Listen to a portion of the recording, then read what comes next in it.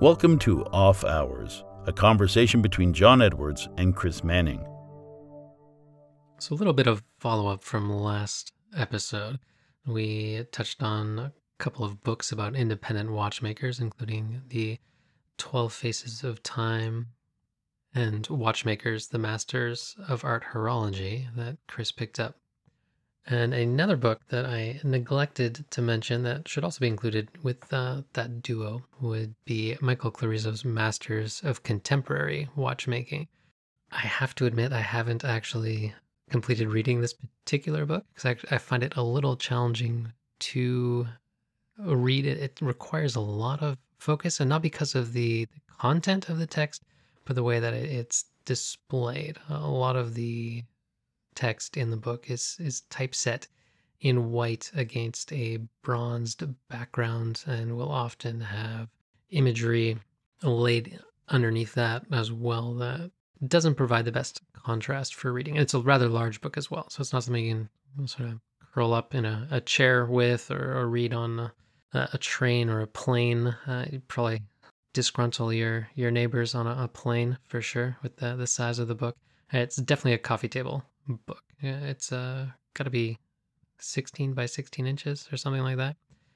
But photography in it is phenomenal, and of course the watchmakers that it features are equally, actually surpassingly phenomenal. So it's worth it to pick up even just for the photos. As for the text, I cannot comment on yet. Yeah, I have to agree. The weight of it means that you'd probably exceed your weight allowance on most planes. It is a sizable book. And I agree as well. The typesetting on it is miserable, but I am happy to admit that I did not buy it for the articles. I bought it for the pictures. It's a fabulous book for seeing what people are doing, and the photography in it is spectacular. So yeah, it is certainly worthwhile collecting. It's got a number of great close-ups in it. How would you think of some of the engine turning from the Independence?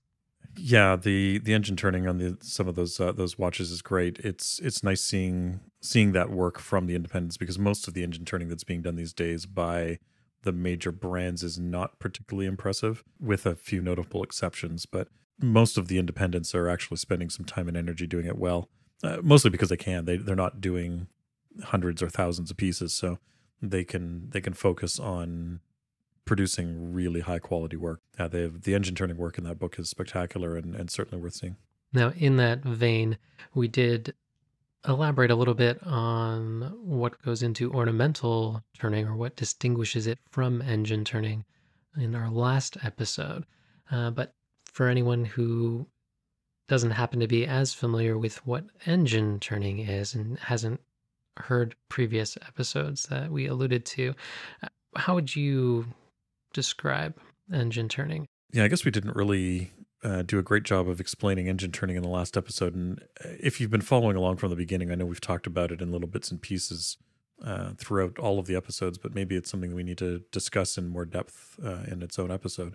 Engine turning is a form of engraving, and engraving is typically done with some kind of a fixed tool cutter. The traditional way of engraving was done with a chisel in your hand with a hammer, or an engraver in your hand, sort of resting up against your palm.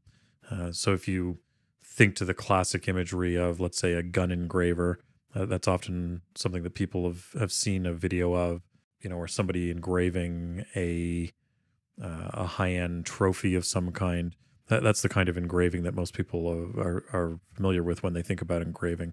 So it's done with a fixed tool, an actual graver.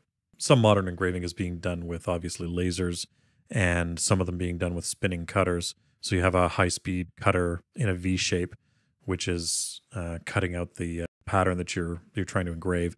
And you'll see that kind of engraving being done in, a mall store or something like that, where you buy, you might buy a gift for your groomsmen or whatever at your wedding, and you'll have their names engraved in the the flask or whatever it is. So that kind of engraving is being done with a spinning cutter. That kind of engraving is not spectacular. One of the advantages with fixed cutters is that you get a very bright cut from the engraving itself. So you're not polishing that cut afterwards. You're getting because the engraver is so highly polished, you get a very, very bright cut out of it, and the sides of the cut are very reflective. So with engine turning, you're using those very highly polished cutters, and you're getting a V cut into the metal. So you're actually removing metal away. You get a curl of metal coming up as you engrave. And the result is that you get a very, very bright finish in your cut, and you get a lot of reflection from it. So the goal with engine turning is that you're creating a lot of very reflective cuts in the metal. The way it differs from traditional hand engraving or freehand engraving is that you're being guided by an engine. So in this case, the engine we're using is either a Rose engine or a straight line engine. Both of them use cams in different ways to be able to guide the pattern that you're cutting. And typically we're using these cams to create repetitive patterns with minor variances in them to create interference patterns using the different cuts together. The traditional ways that it was being used that most people would recognize in the watch world are on the backs of watch cases, pocket watch cases. You'll see a lot of it. If you see watches from a company like Breguet, their watch dials are all being engine turned. So that's traditionally where you're seeing it being done. At least that's what most modern people will have seen it in. You know, as we mentioned, it sort of comes from the tradition of ornamental turning. It's been used primarily in high wear jewelry items, so personal items, things like a pocket watch, which is something that you're carrying every day, or a cigarette case that you're carrying every day. And there are a lot of advantages to it. Not only is it decorative, but it also hides a lot of the wear marks from daily use. So you'll hide those little scratches and everything like that you see. If you know anybody with one of the original iPhones, the backs of those iPhones were being made out of, I think it was a piece of aluminum, wasn't it? Mm-hmm. And if you take a look at them, they were highly polished when they came out of the box, but they're all scratched up now from the use.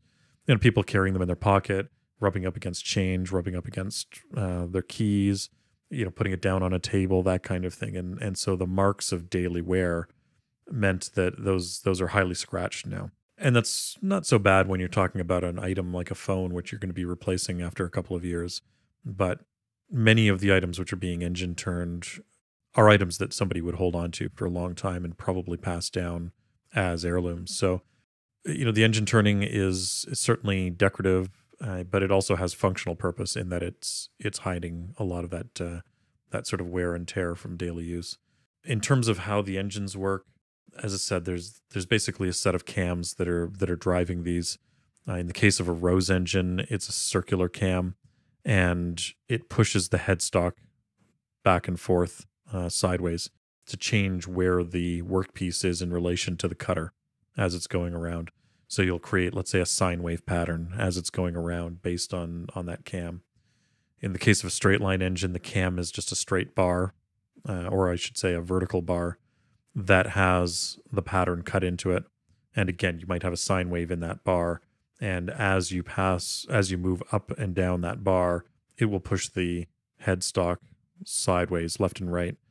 And again, the workpiece is on that headstock. And so it moves back and forth in front of the cutter. And that's what gets your pattern going. We'll see if we can find a couple of good videos linking to this. It's something I've been meaning to video more in my own work, so that I can show off exactly what's going on. But I think there's a few videos out there from people I know that we can probably post, and it might give you a better sense of what's going on. Engines are one of those things that even looking at them in detail and seeing the work that comes out of them, it's not entirely obvious as to how they function. So it is worthwhile actually seeing videos of them in use before you can really get a good sense of what's going on with them. Now, for anyone who might not be familiar with the sorts of watches and cigarette cases that you alluded to, would you say it's fair to compare the sorts of patterns that, say, a Rose engine makes to that of that toy from the 80s, the Spirograph. Yeah, the Spirograph is producing a slightly different type of pattern. It's a geometric pattern, and in fact, you can often get geometric chucks for Rose engines so that you can create those patterns. And sort of the final evolution of the Rose engine and Straight Line engine was actually a geometric engine, which was being used by primarily the bank industry, any security printing industry, to produce those geometric patterns. But something like a Spirograph is sort of this very simplified version, the sort of the reduction of that geometric chuck into, or geometric engine into, a simple toy. And yes, they're great for playing around with ideas. And certainly, if you if you have a chance to play with one, they're a lot of fun. And those patterns can be very similar to what a Rose engine is going to do. I think this is probably a topic we should discuss a little bit more, because there's a lot to discuss, and there's especially about how to develop patterns and how we use it in different ways. Again, the differences between a Rose engine and a Straight Line engine lead to some interesting variances in how they work and how we work on patterns. So we'll probably talk about this a little bit more and go into a little bit more depth in another episode, because I think there's some interesting things to discuss, including the history of some of these engines, both antique engines as well as modern engines that people are making. So that's probably something we'll go into in a little bit more depth in a future episode, because I think it's worthwhile discussing some of that and giving people a better sense of exactly what it is that these engines do and what the art is like. Absolutely. Perhaps we could do a review of the Matthews documentary. Yeah, absolutely. There's a couple of good videos out there, including one on Martin Matthews, who is a watch case maker.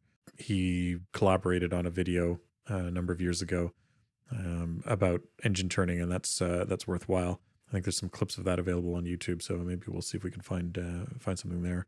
And of course, the watch world as well. People like Roger Smith are continuing in the tradition of Breguet and using engine turning on his watches and dials. So that's again, it's being used heavily in the watch industry still, and that industry is probably the sort of the champion of it, and probably will continue to be the champion of it, just because it's so heavily ingrained in the tradition of watchmaking. So probably won't see it very much in many other arts or industries anymore, but certainly watchmaking is going to continue using it for a long time. Welcome back again. Yeah, I know. I keep doing this. I ended up on an interesting trip to the middle of nowhere, which turned into an interesting trip on the way home, thanks to the horrible routing patterns of United Airways and their inability to land an airplane on time. I ended up being stuck in San Francisco for a few hours on Thursday afternoon, which was pleasant. And so I got to spend the afternoon in MoMA, the Museum of Modern Art. Yeah, MoMA just happened to have a great exhibit on Rene Magritte while I was there. And for those of you who don't recognize the name, you probably recognize his most iconic image, his most iconic painting, which is the man in the bowler hat with the apple in front of his face. It's called The Son of Man, is the original title of that. Anyways, he's one of the critical surrealist artists from the 20th century.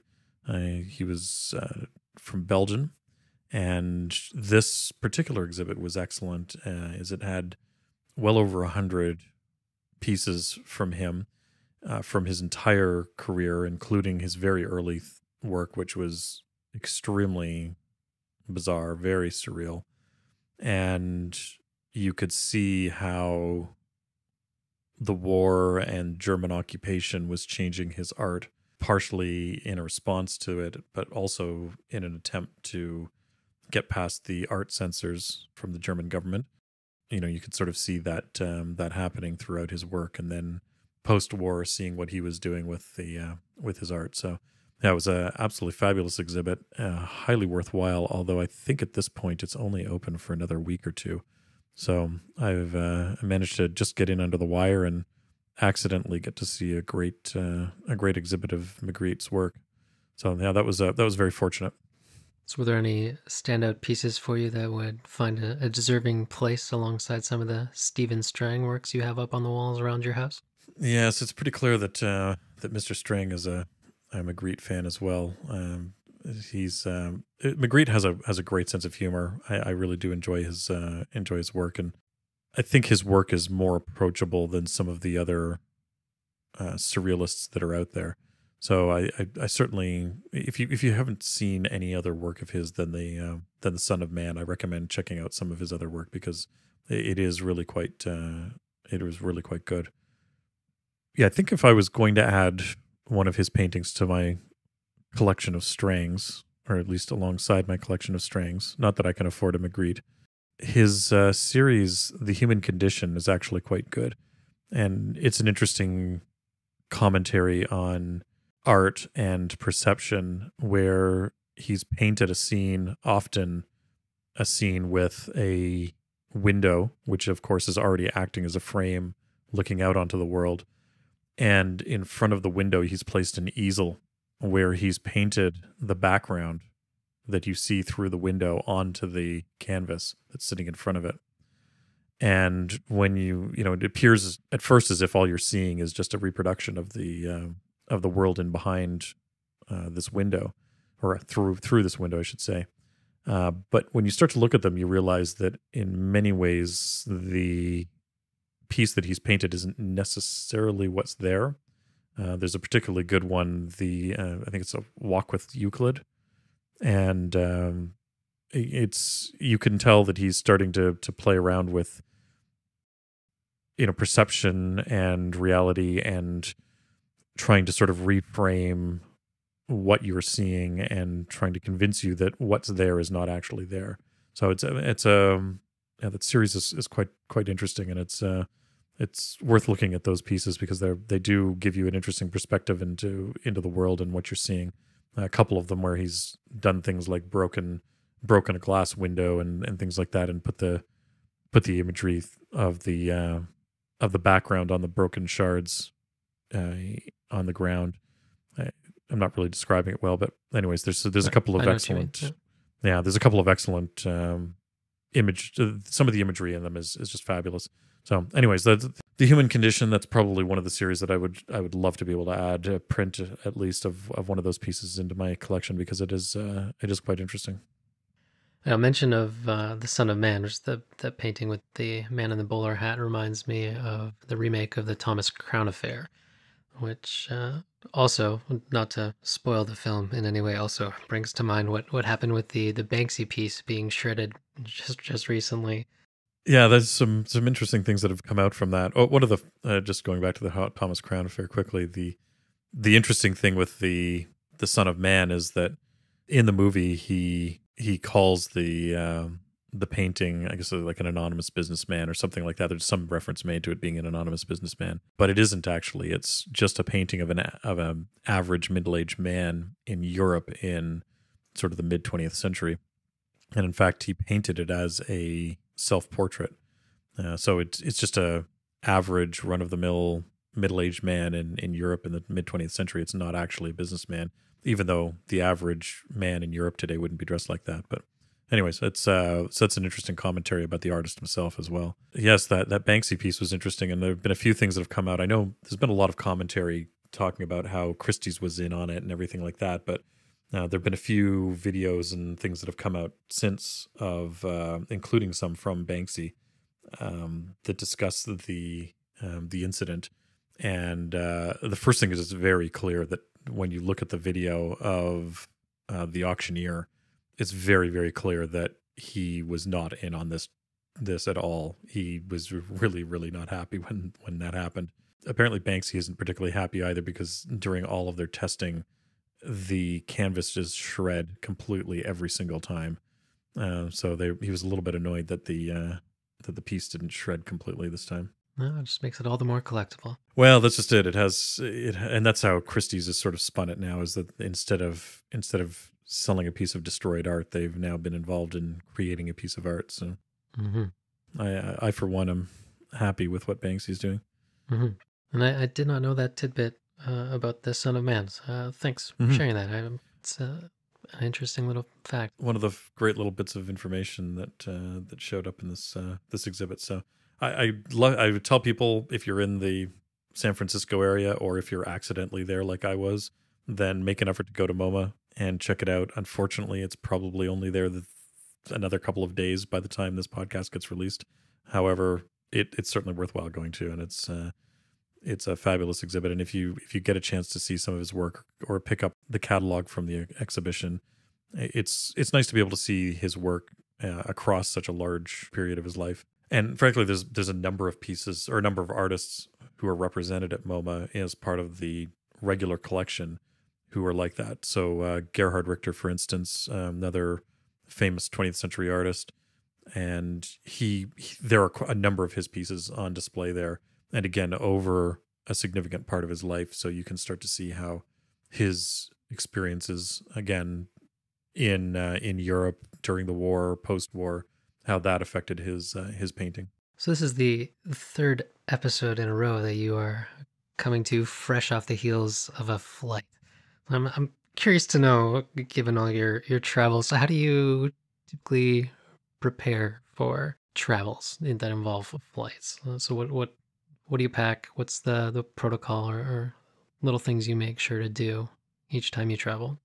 Well, the first thing is that I mentally prepare myself for not getting any sleep. I envy people who can sleep on planes. I am not one of them. I've never been able to sleep well on planes, mostly because I can't find the right support for my neck. So that's the first thing that I do, is I mentally prepare myself for the idea that I will not sleep for one or more days while I'm in transit, and that's often the most challenging part of traveling for me, is that flight and not sleeping. But when it comes to actual travel, I think this is something you and I have spoken about offline a little bit, but bags are the constant struggle for me, and trying to find the right bags to pack with and to travel with while I'm abroad.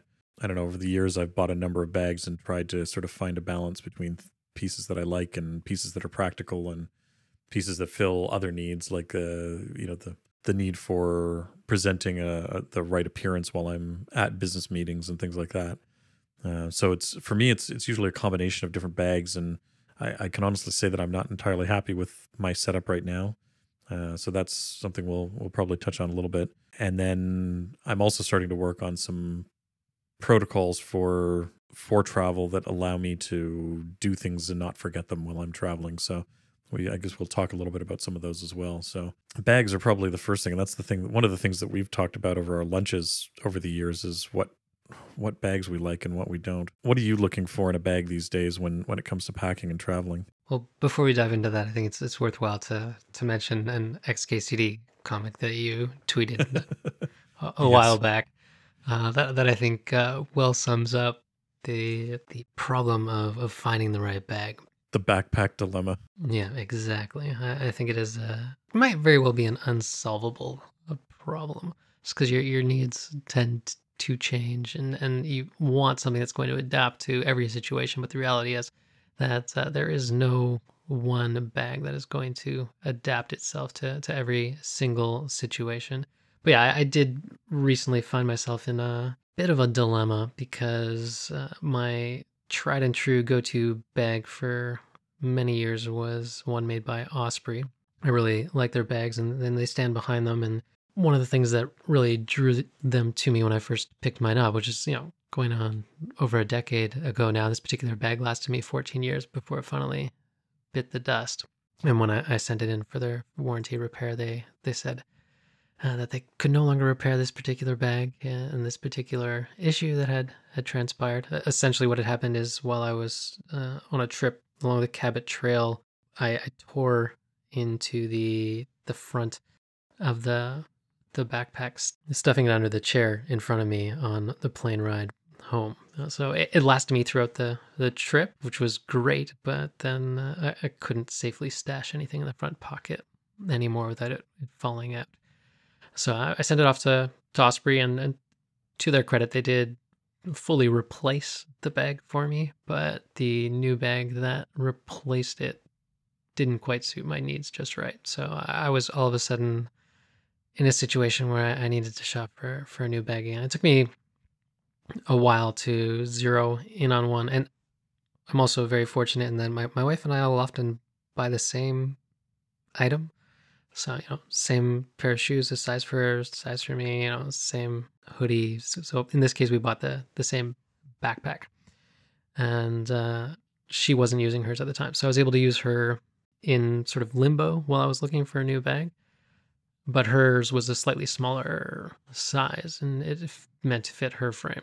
So in the same way that I would probably be very uncomfortable walking around in her shoes for a couple of months, the bag did its job for the most part, but it wasn't as comfortable as my own bag was to wear because it was purchased and fit for her. Little sideline here as well. Interesting note for their larger bags with the Ospreys. I bought one of those for an expedition out on the West Coast a couple years back, and I didn't want to get one of their big 80-liter packs. I was actually more drawn to the women's sizes.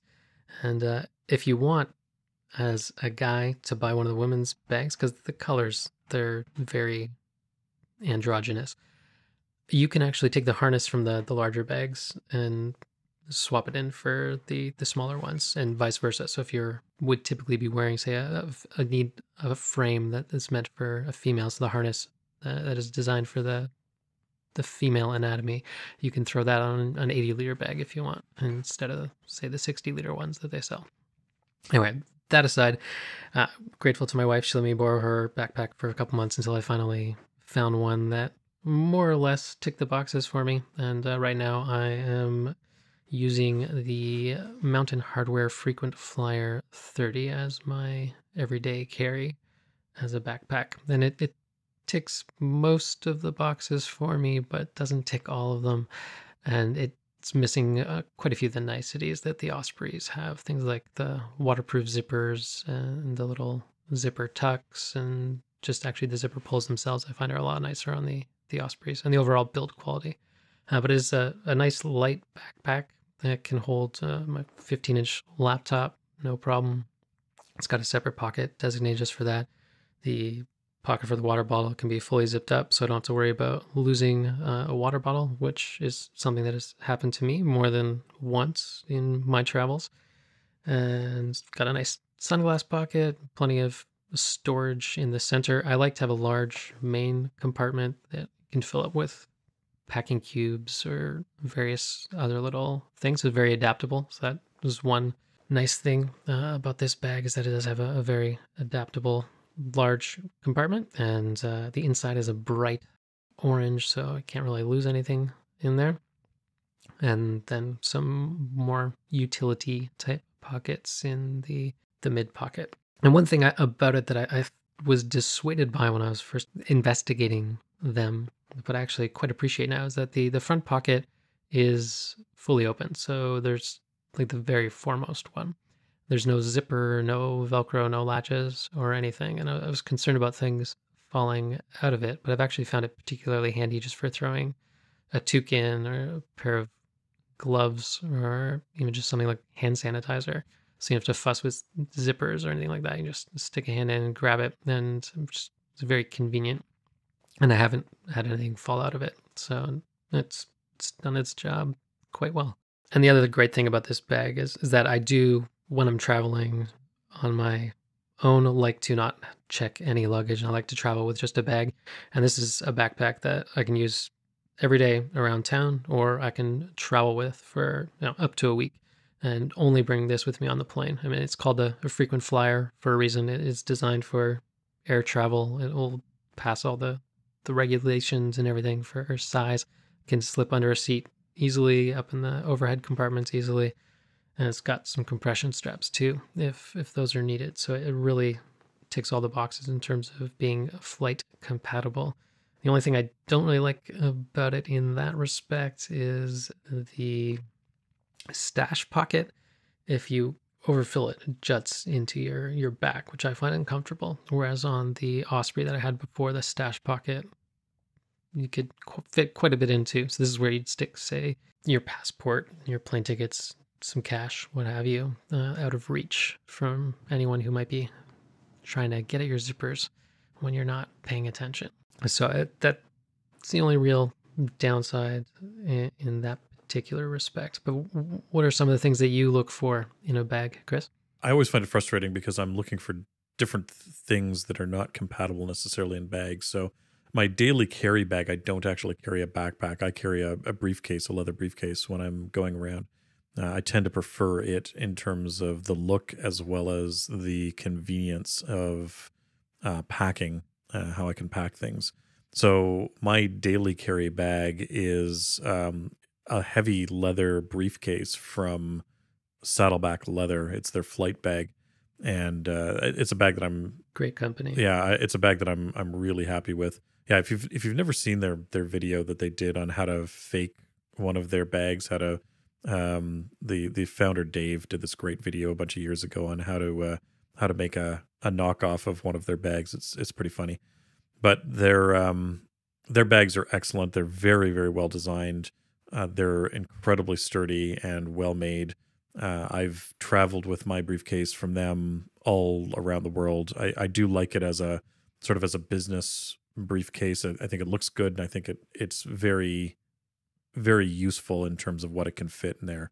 I can fit my 15-inch MacBook Pro in there along with basically everything that I need for a couple of days of travel. So it's pretty convenient from that point of view.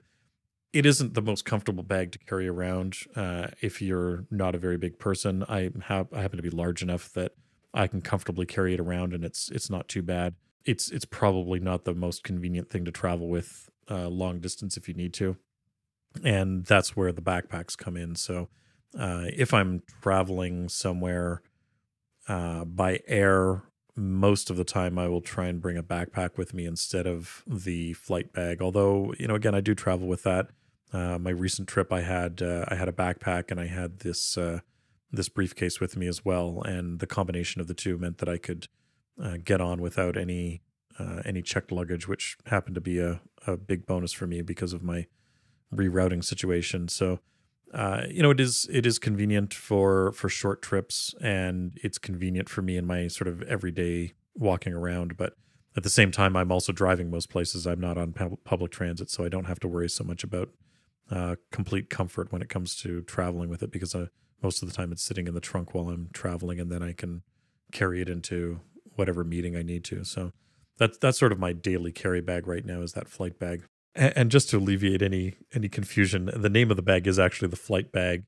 It is from Saddleback Leather. Again, their bags are great. They're not cheap. But they will also last you a lifetime. Their tagline is they'll fight over it when you're gone. And in fact, I've already got 2 people that are standing in line for my bags when I kick the bucket. So they'll last you forever. Again, they're not cheap, but they will last you forever. And they do look, better and better as they get scuffed up and sort of used and worn. So they're a really great bag. They'll last you forever. Well, that is definitely a more brutal take on Patek Philippe's tagline. Yeah, it is. It's again, it's a more like an heirloom type of thing, but and family members will definitely be lining up for it if that's their style. It is, but it will definitely outlive you. And in fact, I think they've got a lifetime warranty on it. And I think it's your lifetime, not the lifetime of the bag, but your lifetime is what the warranty is for. So the Saddleback flight bag is the briefcase-like bag that you travel with. What is the other bag that you've been taking with you recently on these trips? From a backpack point of view, the company I've been happy with lately is Peak Design. Now, they're certainly not perfect bags by any means, but there are a lot of things about the Peak Design bags that really tick a lot of boxes for me. The one that I've been using the most is their everyday backpack, their 30-liter everyday backpack. And this was originally designed as sort of a travel/camera bag. The founders originally launched this on Kickstarter a number of years ago. I think they started with one of their smaller bags, maybe a messenger bag. And their designs are very nice. They're very well thought out. There are a few features that I wish that they had, and in fact, they've addressed some of my complaints about their bag in a very recent Kickstarter that they've just successfully funded. They've just put out a 45-liter travel backpack, which I think ticks a lot more boxes than the everyday backpack for me. I've been finding the backpack use is more for flights, and I find the 30-liter backpack just a little bit too small. One of the things that I do like to do, if possible, if I'm traveling for less than 2 weeks, I try and do it just with carry-on bags if possible. That's not necessarily possible with the 30-liter bag, so that's why I'm hoping that the 45-liter bag that they've just brought out is going to make it a little bit easier for me to do the 2 weeks in just carry-on. So we've touched on bags. What do you actually pack in the bags then for a trip? Well, I think the key thing when it comes to packing for a trip, if you have to pack clothes and you don't already use them, packing cubes are something that you need to look at. For those who aren't familiar with them, they are cubes, very thin material cubes, usually with zippers that allow you to open up the whole top. And the idea is that you take all of your clothing and you stuff them into these cubes. You can often compress the clothing quite well in these cubes. So they're designed to be able to get high density sort of packing in with your clothing. Now, of course, it doesn't mean that your clothes wrinkle, but your clothes are always going to wrinkle in a bag. It doesn't matter what you do. So just live with the idea that you're going to have to do some ironing when you get to your destination. But packing cubes are the single greatest invention when it comes to packing for any length of time when you're traveling. It means that you can actually get a couple of weeks worth of clothes into a very small bag with minimal effort. Now, do you roll or fold your clothes? I don't fold and I don't really roll. I tend to stuff more than roll. So this is why you need to use an iron so much. You know what? I don't care who you are. If you roll, you're still going to have to iron. If you don't, then you're obviously not wearing the same shirts that I am, because I find if you need to wear any kind of a dress shirt, even if you're rolling it, it needs to be ironed. If you're talking about t-shirts and sort of more casual wear, then I'm not too worried about it. But anything that I'm concerned about needing to be ironed, it doesn't matter how I roll it, it still needs to be ironed at the end of the day. So I just stuff, and that usually allows me to get more in if I'm stuffing versus if I'm rolling. That's somewhat tangential to rolling. I know a number of collectors and watchmakers and the like who travel with watch rolls. And for packing ultralight, a little pro tip, you can get away without packing a watch roll by repurposing clean socks to roll your watches. So that's something I've done from time to time. It's not often that I travel with more than one watch, but when I do, I will take the watch, slip a sock into the bracelet and roll it up in that. Or if it's on a strap, you can slip it right into the sock and then stuff that into the other half of the pair. And that keeps everything nice and tidy and neat and free from scratches and banging around. In my case, I travel occasionally with 2 watches, and if I do, I usually have a couple of pens with me as well. Surprise, surprise. And I use a leather roll that I picked up from Wonder Pens in Toronto. And these rolls are made by a company in Japan called Superior Leather. Yeah, they're great leather rolls that are really well made. And so these are originally designed for pens. So they've got a couple of pen pockets in them. But they do have a large pocket, which I think they originally designed for a little notebook. And I find that it's actually quite a good size for slipping a watch into.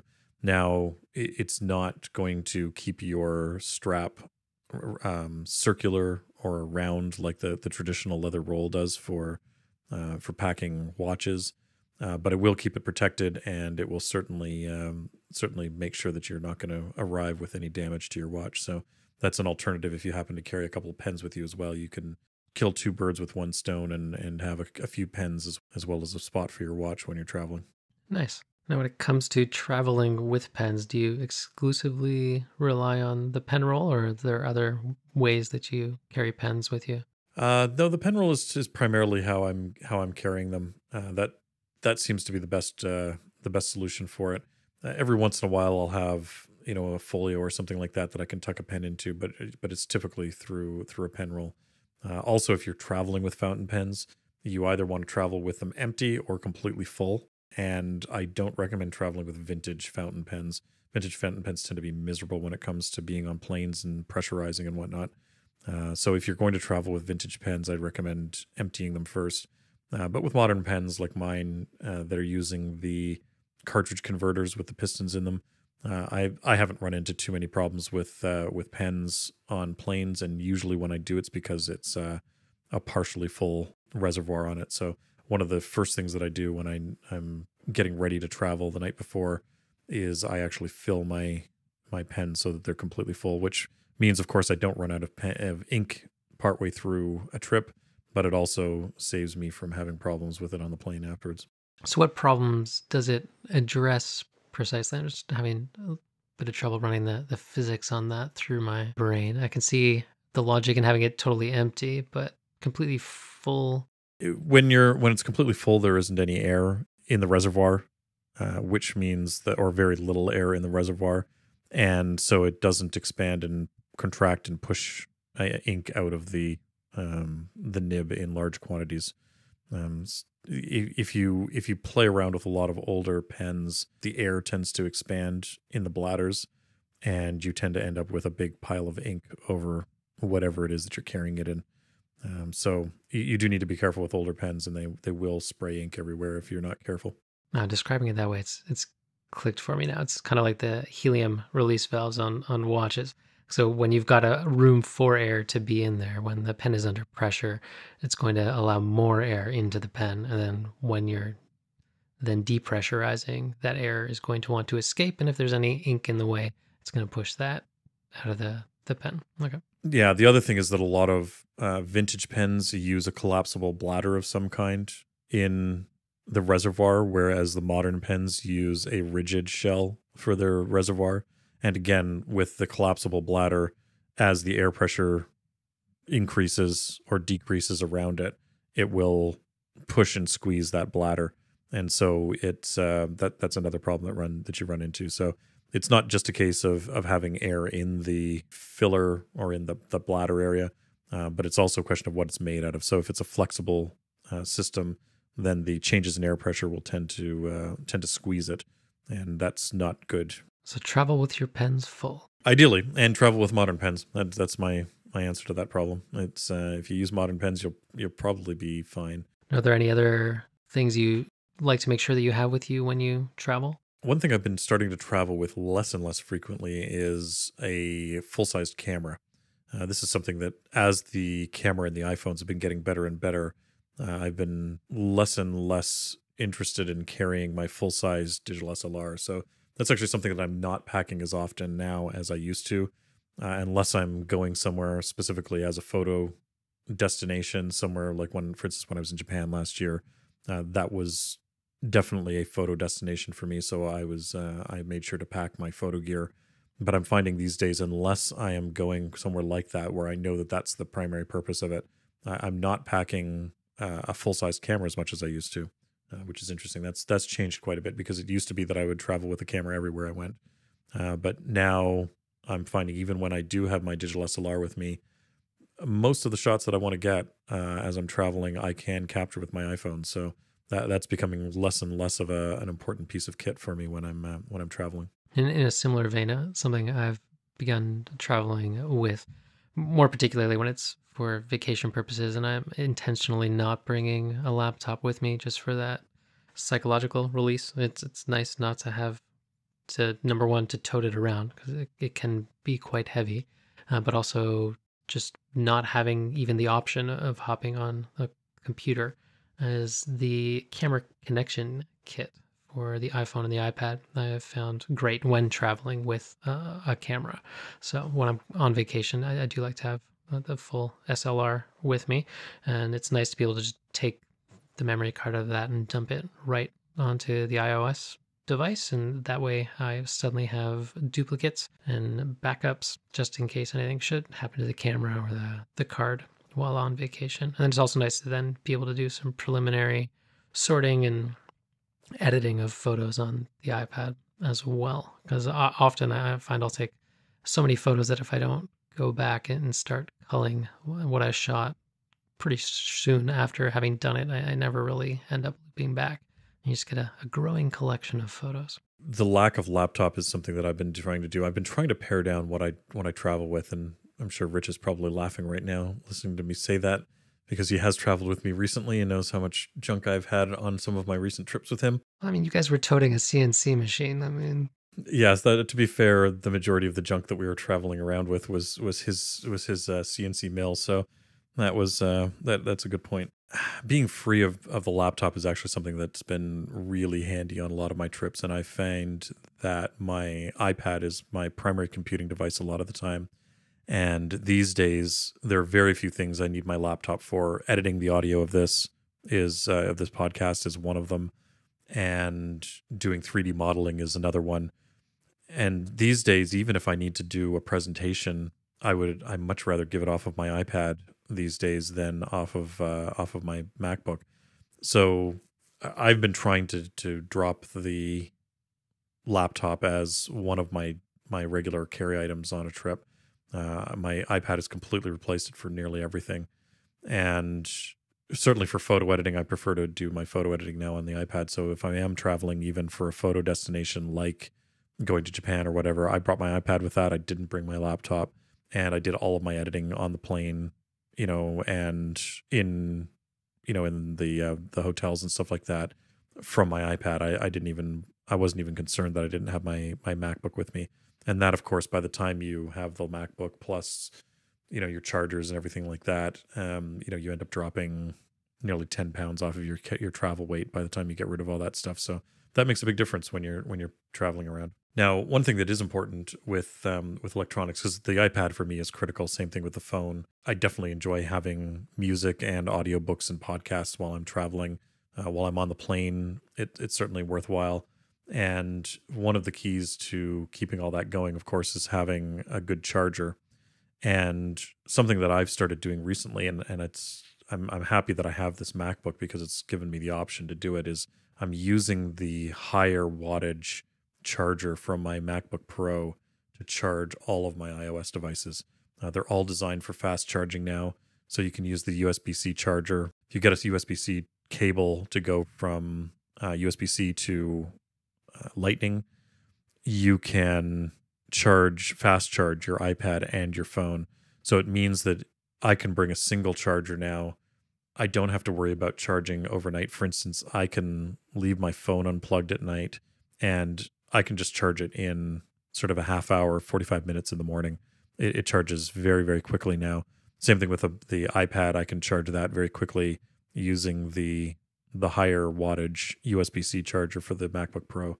So if you do travel a lot and you find yourself bringing a whole pile of chargers because you're trying to charge all of your devices, that's one of the recommendations I'd have for you, is bring a higher wattage charger so that they charge faster. The other thing that I tend to do now is I use the little battery packs, the little portable battery packs, and I'll often charge devices while I'm in transit using one of those. And that way I don't have to worry about having 5 different adapters or whatever to charge all of the things. I can use that battery charger to charge up things, and then I can just use a single adapter to charge that battery pack up overnight or whatever. So that's the other thing that I find useful. They're light enough and small enough that they're easy to carry around with me. But power obviously is always something that's a concern whenever you're traveling. Is there a particular battery pack that you tend to favor? I've been a fan of the Anker ones that are out there, ANKER. They've been doing some great accessories for electronics over the last couple of years. They're really killing it when it comes to their design and just making well thought out electronics devices. Everything from their adapters to their battery packs and things like that. So there are various ones out there. I don't know. They keep iterating and bringing out new versions of it. So certainly finding one of the larger Anker battery packs is worthwhile. There are guidelines to the size of the batteries that you can bring on planes now. So they understand that, and they've been able to sort of work within those guidelines and create battery packs that fit. And, one of those battery packs, you can usually charge your phone and your iPad a couple of times each, and which is great. So certainly worthwhile, and saves you from needing to have a bunch of chargers, saves you from needing to be the person at the airport who's sitting in an uncomfortable spot next to a pillar, because that's where the power happens to be in that airport. So look at those battery packs. They're certainly worthwhile. Mm-hmm. Yeah, I use an Anker pack as well. Now, you've mentioned to me in the past that you have some special software on your laptop that you do make use of when you travel with it. Do you mind elaborating on that a little bit? Yeah, one of the apps I found really handy over the years for my Mac is Control Plane. It's a little utility that sits up in your menu bar, and it allows you to control which applications run as well as access to the computer through various contexts. And those contexts can be anything from which network am I on? For instance, am I on a wireless network that I recognize, like my home network? Or is it one that I trust, like my office network? That kind of thing. You can also say, if this isn't one that I trust, I want you to lock the computer down so that it's not possible to access it through regular services that might be available on a network that you trust. So control plane it's a small utility. It's a little bit challenging to figure out at first. You have to sort of learn how to jump through the hoops that they've set up. But once you figure it out, I find it extremely helpful and powerful. So control plane is certainly a useful one. Most recently, though, one of the applications I've found, and it's sort of a combination of hardware and software, is the Luna display. Again, this was a Kickstarter that came out last year, and the company that made it had created software that would allow you to mirror your Mac display onto your iPad. So you could essentially use your iPad as a second display on your Mac. And they went ahead and created a piece of hardware that takes advantage of the external display capabilities now on Mac OS. And it's just a small dongle that sits into the side of your MacBook, plugs into the USB-C port, and it allows you to extend the display of your MacBook over to your iPad. You can use it over either a wireless network, or you can plug a cable in so that you're continuously charging your MacBook, and it also works a little bit faster if you do that. The refresh rate isn't quite up to speed. You're not getting 60 frames a second like you would off of a normal display, but it's an excellent option if you're used to working on multiple displays like I am, especially if you're doing things that that benefit from having a couple of displays. Then being able to extend your MacBook display over onto your iPad is extremely handy when you're on the road, because in my case, I'm always carrying my iPad with me. And so it's something that I've got with me regardless. And the fact that I can turn it into a second display that, again, is nearly the size of my normal MacBook screen. It's a Retina screen, so again, you get high resolution. It's really, really handy. And that's something I've been finding that I use more and more when I do bring my laptop with me places. I always have that little dongle with me, and it's a great little utility for extending the usefulness of your machine while you're traveling. Before we wrap up, are there any other little items that you find particularly handy? When it comes to travel, I obviously try and keep everything as light as possible in terms of what you're carrying. I find that I still overpack, and every time I travel, I cut down on the list. So I'm creating lists now of things to pack when I travel, and if there's something that I don't use, I put an asterisk beside it, and I have to, I sort everything later based on that, and I am critical about what I'm bringing the next time based on those asterisks and whether or not I actually think I need it. And if I have more than a couple of asterisks beside something, then it definitely doesn't go on my packing list. So I'm becoming quite ruthless when it comes to packing things. I don't pack anything paper-wise. I don't pack paper books anymore, or magazines. I used to do that, but they just add a lot of weight to your travel kit. So I tend to avoid that kind of thing. Often I end up buying books when I'm traveling places anyway, so I know that if I'm going somewhere, I have to have luggage allowance for my books that I'm bringing back. So bringing books with me doesn't make a lot of sense. And these days, with my iPad and my phone, again, I'm traveling with most of the reading material that I need. Other things that I find really useful, of course, my Bose noise canceling headphones. That is such a boon on a plane. Planes are incredibly noisy. Your body's under a lot of stress already being on that flight. So being able to cut out the noise, even if it's something that you wear while you're sleeping, that's beneficial and certainly worthwhile. If you travel more than once or twice a year, I think the Bose noise canceling headphones pay for themselves just in your comfort while you're on long flights. Mm-hmm. And then the last thing that I would say is something that I picked up a few years ago, and it's not necessarily open to everybody who's listening to this, but if you do have it available, I highly recommend it. I joined the Nexus program here between Canada and the US a few years ago. And I know that there's a few similar sort of world traveler options, depending on which countries you're in. If you're in Europe or Britain, then there are some similar options for you. And of course, these are all being driven by the US and their security policies. But they allow you to often jump the line when it comes to screening at airports. And in some cases, the screening procedures are far more pleasant than what the normal sort of passengers have to go through. So, for instance, you're not being required to take off your shoes and your belt and your jacket and, all of the other pieces of clothing that they require these days to take off. You're often not required to take your electronics out of your bag, which for somebody like me, where I've always got electronics in my bag, it makes things a little bit easier when it comes to going through security. And it can also make things significantly faster. I know I've been through security with people. I'm traveling with people, and I'll go through security through the Nexus line. They have to go through the normal line, and I'll beat them to the gate by a half hour, through some of the bad airports out there. So if you're traveling more than a couple of times a year, look into getting something like that. Again, it gets you into things like TSA Pre, which allow you to avoid some of the nasty lines at security. And I think it cost me $50 US, and it's good for 5 years. It's worth every penny. So if you have something like that open to you and available to you, and especially if you're traveling through the US, I understand if you're traveling in other parts of the world, security is different, and they don't make you undress when you're going through security. So it may not be so bad, but if you're traveling in the US in particular, get some kind of pre-check clearance thing like that. It is worth every penny, and you'll save yourself a lot of time and hassle.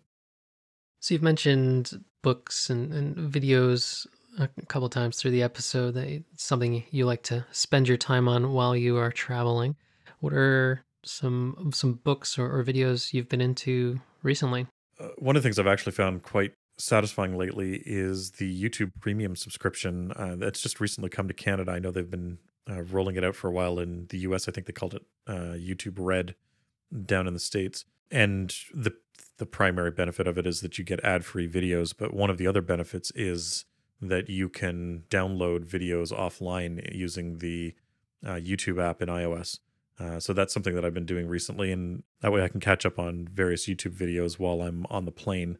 So I've been going through and watching a lot of the Horological Society of New York's videos that way, because of course a lot of them are sort of an hour or more in length. But one of the series that I've been following over the last few years, or channels that I've been following over the last few years, is the ClickSpring channel on YouTube. And this is put together by an Australian. And he started his channel out, or I guess when I started following him, he was in the midst of working on a clock, and he was going through all of the process and documenting all of the tools that he made for the clock as well as the clock itself. And his most recent project, he's actually working on a replica of the Antikythera mechanism. That's something, if you had a chance to read Simon Winchester's The Perfectionists, Simon makes a reference or a few references to the Antikythera mechanism in there. It's the earliest sort of, I guess, clockwork mechanism that we found. And it's quite an impressive feat of engineering considering the time that it was being made and everything that it's tracking and whatnot. And so Chris has been going through and he's making a modern replica of it.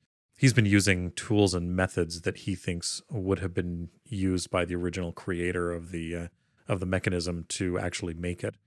And so it's a great series to watch. He has a really great visual presentation style. They're pleasant to watch, even if you have no intention of ever making one. There's certainly I know a lot of people who watch them who are not makers and would never consider making something like this, but they're a lot of fun to watch and they're interesting. So I highly recommend the ClickSpring YouTube channel. And then something that I think both of us have either been reading or have finished reading is Ken Koshenda's book, Create Selection, about his time at Apple. I think you've finished reading that already, haven't you? Mm-hmm. Yeah, it's a great read. So Ken Koshenda was originally hired on at Apple to spearhead the Safari project alongside Don Melton. They had both worked together in the past. So between the two of them, and eventually they brought on a third person, they basically were able to develop amongst the three of them a proof of concept web browser running on Mac OS X for the very first time. Because up until that point, it was all Internet Explorer and Netscape Navigator and the like. And he, of course, progressed on through his career at Apple and has had his fingerprints on a number of things, including the iPhone and in particular, the keyboard that we interact with on the iPhone and the iPad were pretty much written and developed almost exclusively by him, with some input from some other engineers and executives, of course. Probably the way we all interact with these devices the most. That is Ken's work. And he's done a number of other things as well, which he touches on in the book and in various other interviews. But it's a really interesting insight into the design process at Apple. And the reason the book is called Creative Selection is that he parallels it with natural selections, the Darwinian concept of evolution and how things come to be as they are. And it's just a slow process of refinement, and there'd be some periods of rapid growth in there as well, or rapid change as you try and dial in which direction to go in. But it was, great book, really interesting read. I think perhaps we could do an episode on that at some point in the future as well, once you finish reading it. I always enjoy reading the work or reading about the work that people have done in environments like that, people who've had such a dramatic impact on our modern world in various ways, whether it's somebody like Dieter Rams or in this case, somebody like Ken, where he's responsible for an interface that we're so familiar with and that's so critical to how we interact with our technology. So I'm looking forward to finishing it. It's been good so far. So you finished reading Ken's Creative Selection. What is currently on your nightstand? So I've been reading recently Why We Sleep by Matthew Walker, which has been absolutely fascinating. And to distill it down, I would say that if sleep could be distilled and put into a bottle and sold, it would be quite the wonder product. The sheer number of things that sleep does for our bodies and all the various benefits that stem out from that are incredible. And I have found this to be quite a fascinating read, and I guess relates somewhat to what we were talking about a little earlier in the episode here, where you were saying you have trouble sleeping on flights. And I hate to break it to you, it has some unfortunate knock-on effects for you. I'm painfully aware of just how bad it is for your body to not sleep regularly. Unfortunately, this week I have had far too little sleep. I've been suffering because of that. So I may have to read this book afterwards. Believe me, I am well aware of just how important sleep is these days, especially when I'm not getting it. So yeah, it sounds like an interesting read. Well, with that then, I shall let you go, and I wish you a very good night's sleep.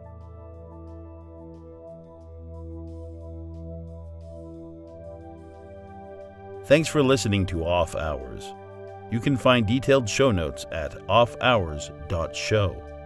If you'd like to keep up to date with the show, follow us on Twitter @offhours.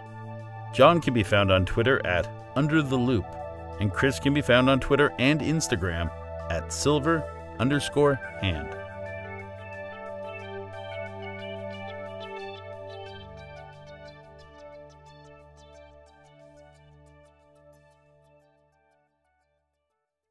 So I haven't had a chance to do a lot of watchmaking lately. Unfortunately, with between trips and everything, it's been there's been very little time at the bench. But one of the things that I have noticed as the weather has been getting colder here is that my loop has been fogging up more and more. So what do you do for preventing your loop from fogging? Well, I guess the first thing you could probably do is just maybe turn the heat up in the house, turn the rest of the house into a sauna, so that you get your watchmaking space there nice and warm, so that the ambient temperature in the room there matches the ambient temperature between your eye and the loop. But more realistically, some things that I do is I just try and keep a slight gap between the loop and my eye socket, and at least one area. So it's not going to be possible to have the loop just floating there in front of your eye, unless you're mounting it on, say, a pair of glasses. But I usually keep a small gap. And then another thing that is helpful is to just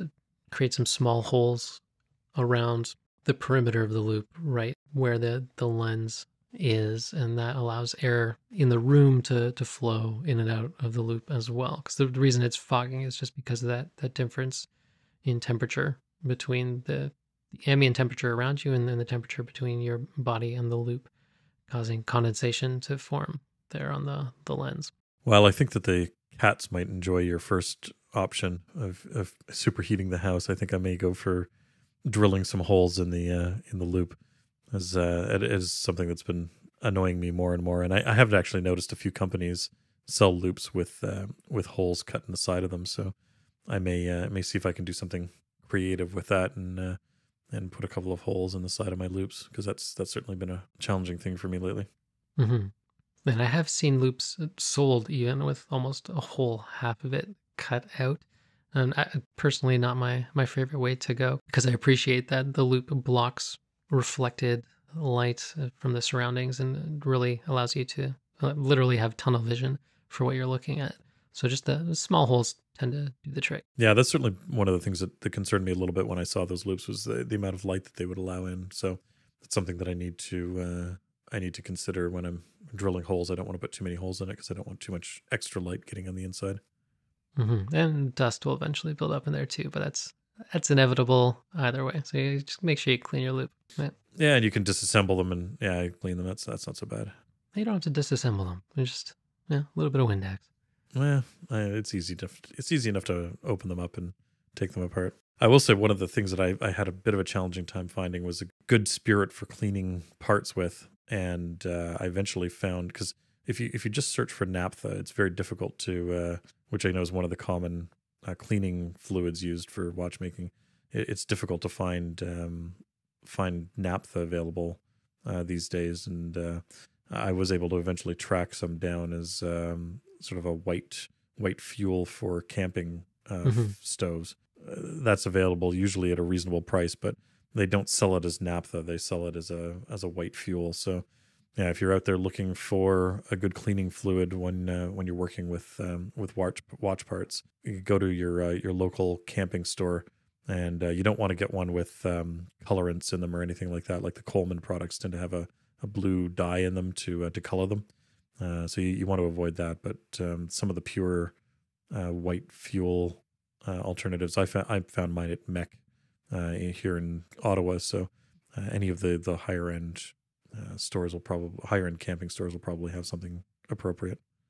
Yeah, it's good to watch out for other additives as well that they may put in there. Sort of rust inhibitors and things like that can leave a filmy substance on the surface of a part after you clean it. So you want to get something that's close to pure as possible.